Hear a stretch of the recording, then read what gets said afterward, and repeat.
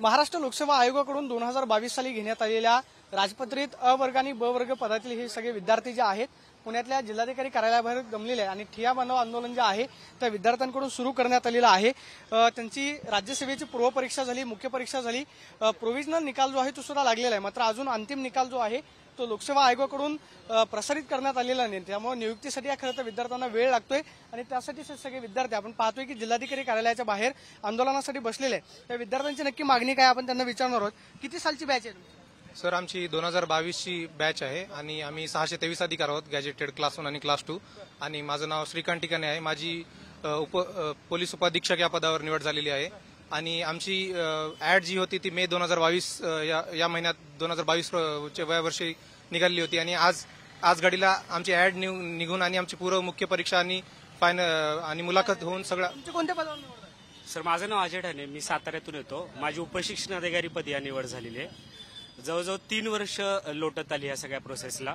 Normally एकाच वर्षात ह्या सगळ्या प्रोसेस लागून नियुक्ती देण्याचा विचार असतो, पण आमच्या ह्या प्रोसेसला 3 वर्ष झाली आणि ह्या 3 वर्षाच्या कालावधीमध्ये आमची एकच मागणी आहे की आता प्रोव्हिजनल सिलेक्शन लिस्ट लागली मार्च, त्याला अजून 8-9 महिने झाले, अंतिम निवड यादी लागून तात्काळ नियुक्त्या द्याव्यात। काय अडचण येते?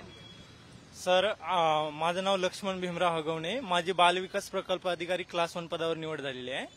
तर माझं म्हणणं एवढंच आहे की 2.5 वर्षापासून ही प्रोसेस चालली आहे आणि त्यातही मेन्स आणि इंटरव्ह्यू मध्ये यांनी 1 वर्षाचा गॅप घेतला, त्याचं काही समाधानकारक उत्तर आलेलं नाहीये। आणि माझं म्हणणं एवढं आहे की आता प्रोव्हिजनल लिस्ट लावलेली आहे आणि त्याला रिवाईज केलं। आमचं म्हणणं एवढं आहे की अंतिम निकाल लागला पाहिजे। काय अडचण येते? आयोगाचं काय म्हणणं? सध्या सर आमच्या निकालावर आधी कोर्ट केसेस होत्या, परंतु सध्या कोणतीही कोर्ट केस निकालावर नाहीये, कोणत्याही प्रकारचा स्टे नाहीये, पण तरी सुद्धा आमची अंतिम निकाल यादी लावली जाते। पदावर निवड?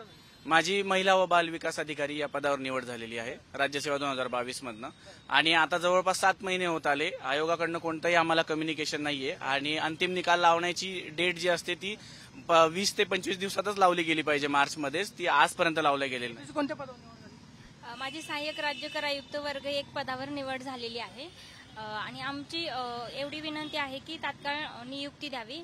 त्या दरम्यान जे 27 ऑगस्टला जी रिवाइज्ड प्रोव्हिजनल लिस्ट लावली तर त्यानुसार आमचं जे डॉक्युमेंट व्हेरिफिकेशन आहे, पोलीस व्हेरिफिकेशन आणि मेडिकल करून घ्यावं, म्हणजे जेव्हा अंतिम निकाल लागेल त्यावेळी आमची तात्काळ नियुक्ती मिळेल आम्हाला। मधला जो ऑलरेडी आमचा जो टाइम गेलेला आहे तो टाइम आमचा। काय अडचण येते आता?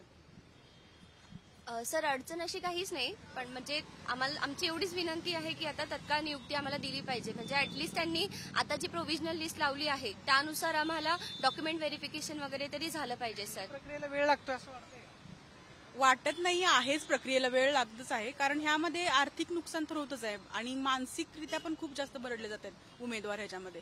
पदावर निवड?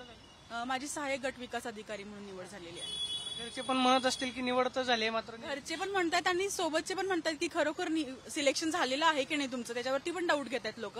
आणि माझं ह्याच्या आधी 21 मध्ये STI पदी पण निवड झाली होती माझी। आपण पाहतोय की या सगळ्या उमेदवारांच्या या सगळ्या अडचणी आहेत। 2022च्या बॅचचे हे सगळे अधिकारी आहेत, त्यांची प्रोव्हिजनल लिस्ट लागली, मात्र अंतिम निकाल अजूनही महाराष्ट्र लोकसेवा आयोगाकडून लावण्यात आलेला नाही। त्यामुळे नियुक्तीसाठी सुद्धा या सगळ्या खरं तर उमेदवारांना बऱ्याच प्रमाणावरती वेळ लागतोय। त्यामुळे महाराष्ट्र लोकसेवा आयोगाकडे यांची विनंती आहे की लवकरात लवकर ही सगळी प्रक्रिया पूर्ण करून नियुक्ती जी आहे ती देण्यात यावी। कॅमेरा पर्सन सुशांत राऊत सोबत मी प्रदीप कापसे, TV9 मराठी, पुणे।